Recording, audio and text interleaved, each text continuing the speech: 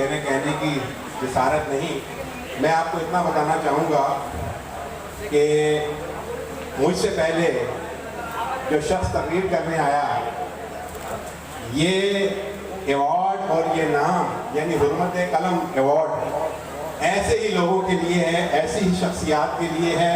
وہ ارشاد احمد خان کے لیے ہے، وہ انور عباس کے لیے ہے، وہ انوار جلیس کے لیے ہے، وہ منہاج برنا کے لیے ہے. یہ وہ لوگ ہیں کہ جنہوں نے پاکستان کی تاریخ میں صحافت کے نام کو زندہ رکھا اور اس کی حرمت کو قائم رکھا. ارشاد بھائی کہ ہم شاگرد ہیں، ہم اسی قافلے کے مسافر ہیں، صحافت کو عبادت سمجھ کر کرتے ہیں. اور ہماری تنظیم سندھ یونین آف جرنلسٹ، اور اب ہم نے بہت سے دوست جو نہیں جانتے میں بتانا چاہوں گا، بلکہ انہیں ویلکم کروں گا کہ ہم نے نیشنل پریس کلب کو بھی دوبارہ آرگنائز کیا ہے.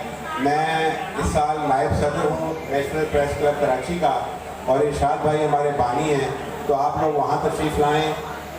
موسٹ ویلکم ہے نیشنل پریس کلب کے حوالے سے. جنہوں نے دیکھا ہے جگہ، جنہوں نے نہیں دیکھی میں بھی ان کو بتا دوں گا، اور انشاءاللہ تعالیٰ ہم آپ کے لیے حاضر رہیں گے. اور آج کے اس پروگرام کے حوالے سے خاص کر حرمت قلب کے حوالے سے میں بہت کچھ کہنا چاہتا تھا، لیکن ارشاد بھائی نے اتنا کچھ کہہ دیا کہ میری اب جسارت نہیں. میں آخر میں صرف اتنا کہنا چاہوں گا کہ پہنچنا ہے ابھی آزادی کامل کی منزل تک. ہمیں ہر فکر دامنگیر سے آزاد ہونا ہے، ابھی آزاد ہونا ہے تعصب کے شکنجے سے، ابھی تفریق کی زنجیر سے آزاد ہونا ہے.